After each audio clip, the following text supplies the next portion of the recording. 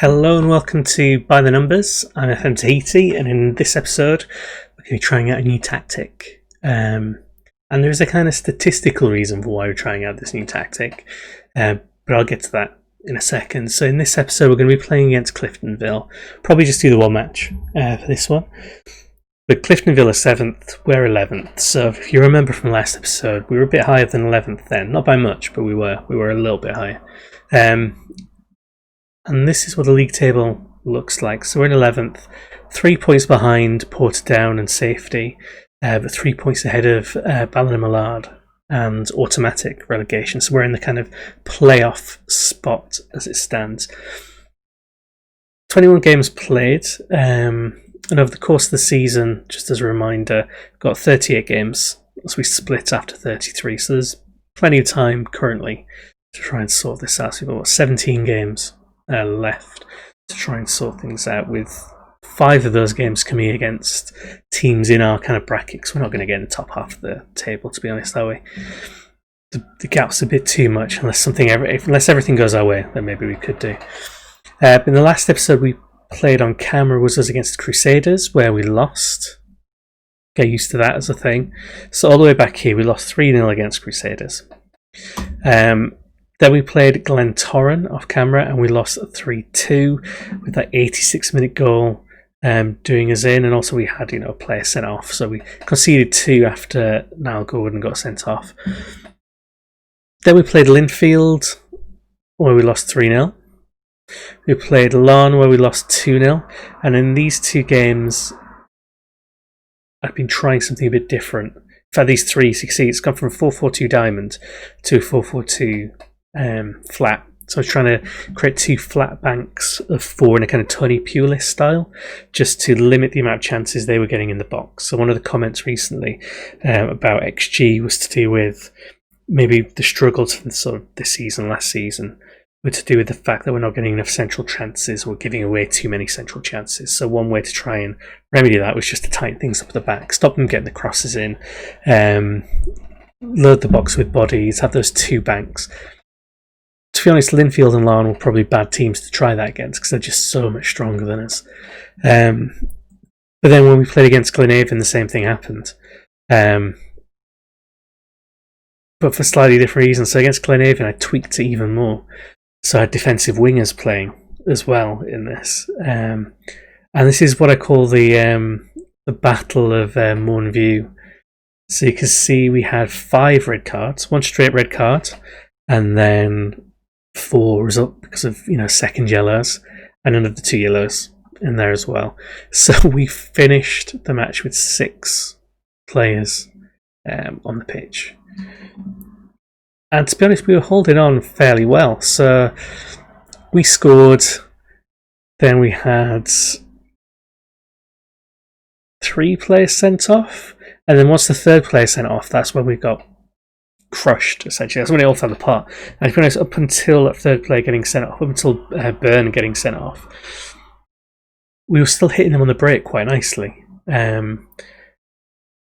it all fell apart, and it just kind of made me think maybe this was just a bit too aggressive, even for us. That was a bit too much.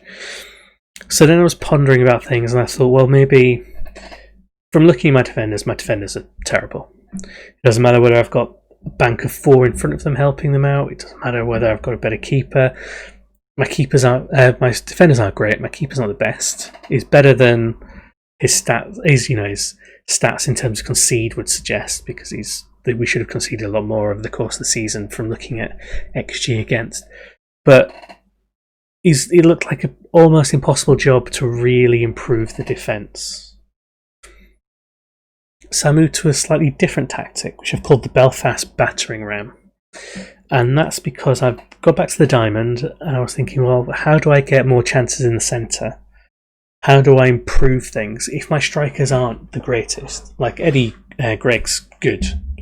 He's banging them in for us. But Bonis isn't getting many. McLaughlin's not been getting many. We lost Ward, so that weakened us. We've got lots of kind of younger strikers we can bring in who aren't particularly proven.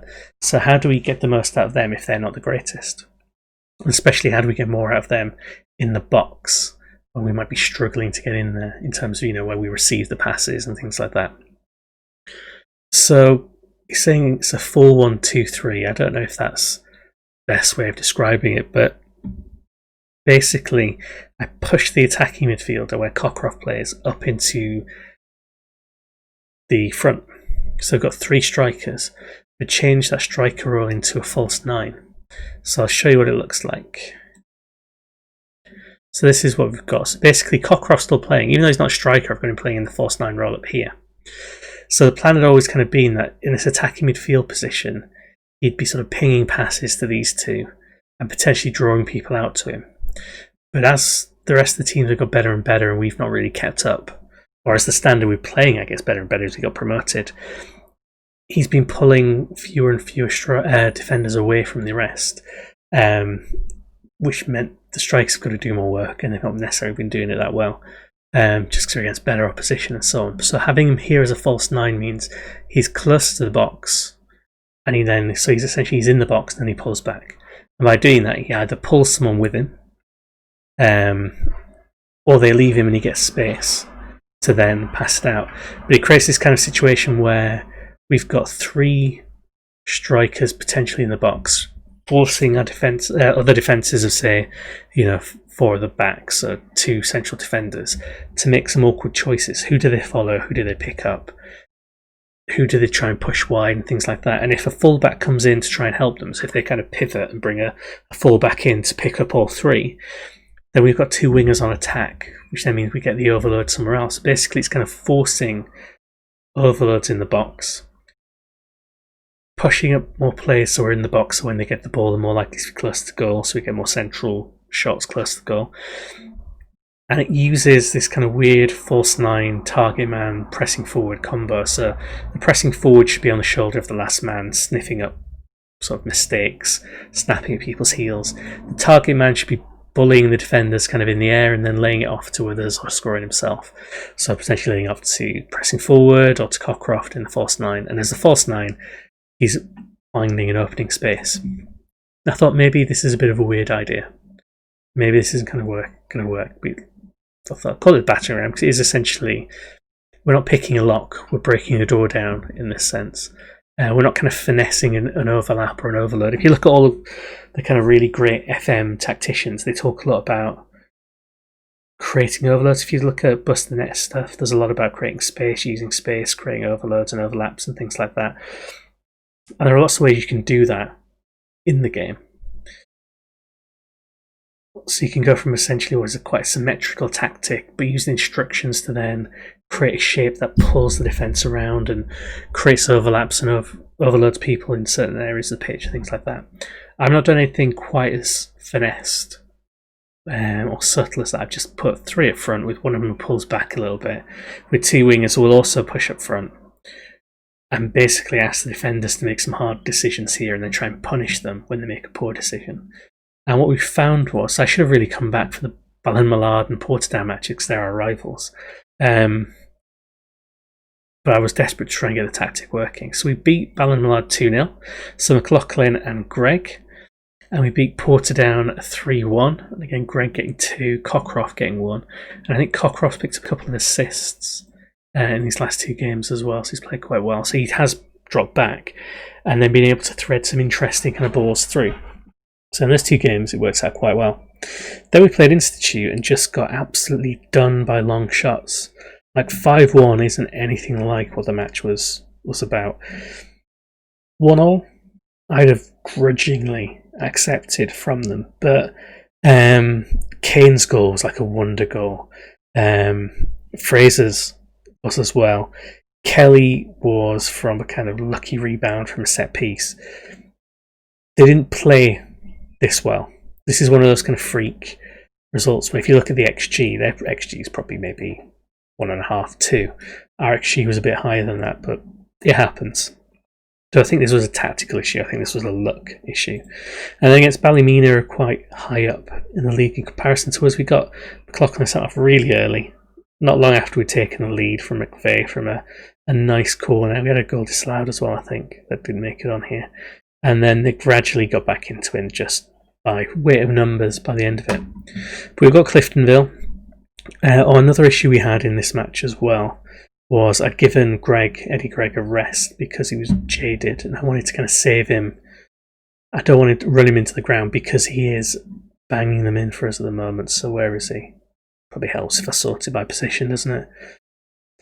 So he is on 15 goals, 13 in 19 for the league, and then a couple in the cups. Not bad for the 18-year-old. He's one off his record so far. Well, that was in the championship, and this is a step up. He seems fairly integral to our performances, so I'm hoping because he's back, we might perform nicely in this one. We've got a few changes to make there. So McLaughlin is injured, so let's bring on Devlin, who's back from injury. Heron was actually playing quite well a few of the last games because McCallion was injured or suspended, so he's actually stepped in and done okay. But I don't think we need to make any of the changes. Matt McVeigh's tired. Let's bring in Coulter, I think. Yeah. Coulter on from McVeigh. There we go. Let's take McVeigh off and bring on Ricky McQuitty. Let's see how we do. Sorry, I've talked away about the tactics. Very little actual action. You'll notice on the familiarity speech, so there was a massive, where you get the squares of the pitch that tell you where the weak areas are. There's a massive red patch here and a massive red patch just generally racking around here. And that's because I've given up on the middle of the pitch. I don't want to fight here. They can do whatever they want here as long as I've got a reasonably strong defensive line. And then these players to sort of ping it forward to them. This is where my compromise is. I can't be strong in all areas of the pitch. I'd rather be stronger up here and on the attack, on the long ball kind of counter, than I am controlling it in the middle. So the fact they've got three reasonably central players here means they should have a lot of possession, I think. But it should also mean that my wingers get a bit more space. We should have maybe a few overlaps up here.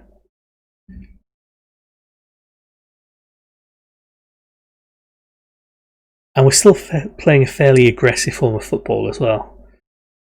Honest nods on to McCallion. So if we do go down playing this, I'll be happy going down playing this because it's more our way. Burn through the back of him. There we go. This is just the opening highlight. I don't think anything's going to come of this. Cliftonville, I think, were promoted this season, but they had previously been in the Premiership. They're not a small side by any means. Oh, McCallion. Devlin. Gregg's there. We've still got players in the box. That's the beauty of that. Oh, McCallion. I think that's one of the good things about tactic as well, is the strikers can sort of pull wide a little bit if they need to. It doesn't matter so much if they get forced out or onto a weak foot, because they can still bring it back into someone else. There's still going to be another striker available for them, another option. Even if that option's been made up by the attacking wingers. Nipping in Devlin. Oh, disallowed. Poorly timed. Should have known better from that. Long throw by Williamson. Coulter. Penalty. And again, that's another thing as well. I mean, this is from a set piece, so it's what we've always been playing for anyway, but by having more strikers in the box, more tackles are being made, more marking has to be done, more kind of jostling of players has to be done. And we started to pick up a few penalties in the past few games where clearly they're being overwhelmed by the number of players they've got to deal with, and someone's just getting hacked down as a result. Cockcroft, good delivery, strain across. Now we are still weak in various other areas, like we can't defend a lead to save our life. We get tired because we're not as fit as the other side, so we don't have the same amount of kind of cover, rotation or depth. We do give away the ball a lot. I don't think Ronnie McDonald is the greatest keeper in the world. He's better than what we had, but what we had also wasn't great either for this level. Still think we're very much a strong championship side that is well overperforming. Maxwell goes long. Just want to nick the ball back. Come on. Ooh. Class. Even in terms of, shots produced and stuff like that, we've actually got more possession, which I'm surprised about. Coulter, a central defender, getting in there. Callian whips it in. Bonis straight at BT. Not a bad first half. Not bad at all. Want them to keep it up. Greg may have to come off in a little while.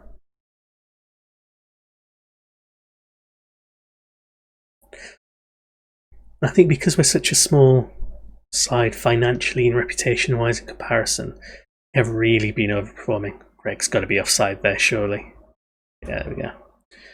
I think pretty much every season for the last 4 or 5, including when we were in the Championship, we probably had one of the lowest, if not lowest, salaries per annum. I don't think we're the lowest this season or last season. We were like second from bottom. So we really shouldn't be able to stay in this division, really, based on our kind of salary. Greg. Oh, he just needed one last pass. He was waiting for that runner. We've been doing that a lot more as well, because with 3 up front, one striker can turn, put their back to the goal, and then lay it off, because they've got more than one option now. Callian, Cockcroft, go on. Bonis through. Bonis managed to get onto Greg. On Burn, out wide, out wide. Wrong out wide, but Bonis. Bit of a lump is Bonis. It's Cockcroft. I think Bonis might have to come off because he's getting the ball, but he's not doing much with it. Bring on Reese Hunter. It's not really who I wanted on the bench, to be honest. But McLaughlin's injured, so we'll work with this.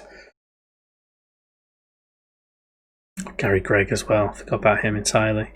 Bring on Harry Edgar, who can play on there as well.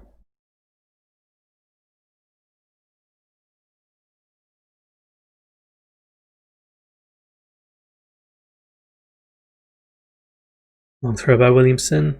Greg back to Devlin.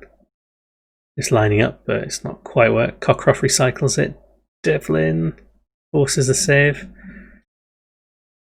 Right, what else we got going on? Conor McGrath. I looked at him and then completely ignored him. Right.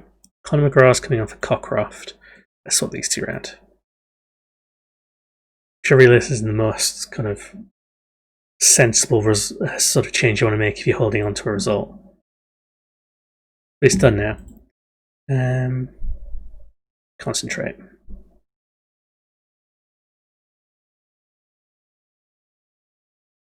Literally as I tell them to concentrate. And again, look at that chance. That's from outside the box. That's a wonder goal in comparison. Just outside the box, to be fair. But that's a kind of keeper issue. There wasn't a great deal we could have done about that other than winning that original tackle, which we didn't. But now they're overwhelmed because concentrate makes no sense.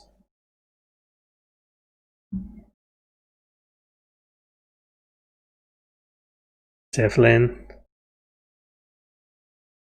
Gone Greg. Callian back in.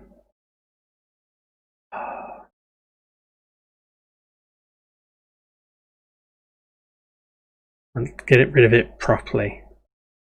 See, that could have been another one. That's what it's like against Institute. There's shots like that coming in all the time. That was poor. Strain getting rid of it. Callian. A little bit of a shift in. Come on, Hunter. McGrath. Be the hero. Straight the keeper. Wasn't the greatest angle, to be honest.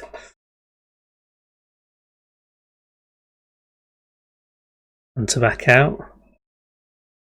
Surprised if anything comes from any of this. This is just the dying stages of the match. There's nothing in the tank left, I think.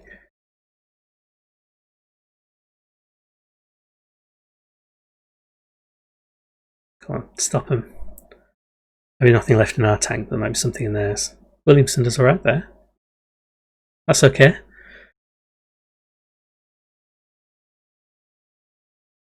Blow the whistle, ref. A long 5 minutes. It was an entertaining game. I enjoyed that. Anyway, that was quite fun to play. We picked up a point. We have essentially lost 2 points because we were winning so much of that match. I do think that was unlucky, to be honest. What does that do to the table? So Portadown drew as well.